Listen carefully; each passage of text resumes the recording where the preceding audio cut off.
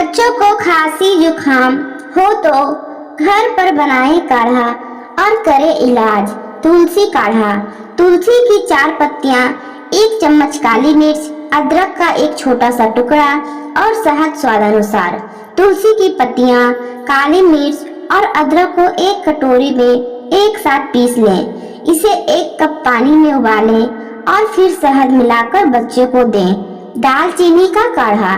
दालचीनी की 2 छोटी स्टिक और 3 लौंग एवं शहद स्वादानुसार। दालचीनी का काढ़ा बनाने के लिए कप पानी में आधा चम्मच दालचीनी के पाउडर को लौंग के साथ उबालें। इसमें शहद मिलाकर बच्चे को पिलाएं। इस काढ़े से बच्चों में सर्दी जुकाम ठीक होगा। घी और अदरक का काढ़ा। आधा चम्मच घी, 1 चुटकी काली मिर्च और अदरक का छोटा सा टुकड़ा, तुलसी की 4 पत्तियां और चीनी। एक पैन लें और उसे गैस पर रखकर उसमें थोड़ा सा घी डालें। घी गर्म होने पर काली मिर्च, अदरक और तुलसी को कूटकर डाल दें। अब 2 कप पानी और 3 चम्मच चीनी डालकर पानी को उबाल लें। आपका काढ़ा तैयार है। सौंफ का काढ़ा।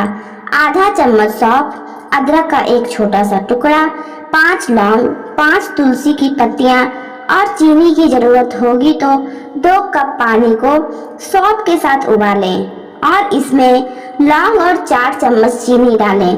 पानी के उबले होने पर अदरक और तुलसी के पत्तों को मसल कर डालें और पानी उबाल लें। मोटी इलायची का काढ़ा। इस काढ़े को बनाने के लिए 4 मोटी इलायची, आधा चम्मच जीरा, 1/4 चम्मच अजवाइन, 1 दालचीनी की स्टिक, 1 चुटकी हल्दी पाउडर, 4 तुलसी की पत्तियां चाहिए। 2 कप पानी में मोटी इलायची, जीरा, अजवाइन, दालचीनी और हल्दी पाउडर डालकर उबालें। पानी के उबलने पर उसमें तुलसी की पत्तियां डालें और फिर कुछ मिनट तक उबालें। वीडियो अच्छी लगी हो तो एक लाइक एंड सब्सक्राइब जरूर करें। धन्यवाद।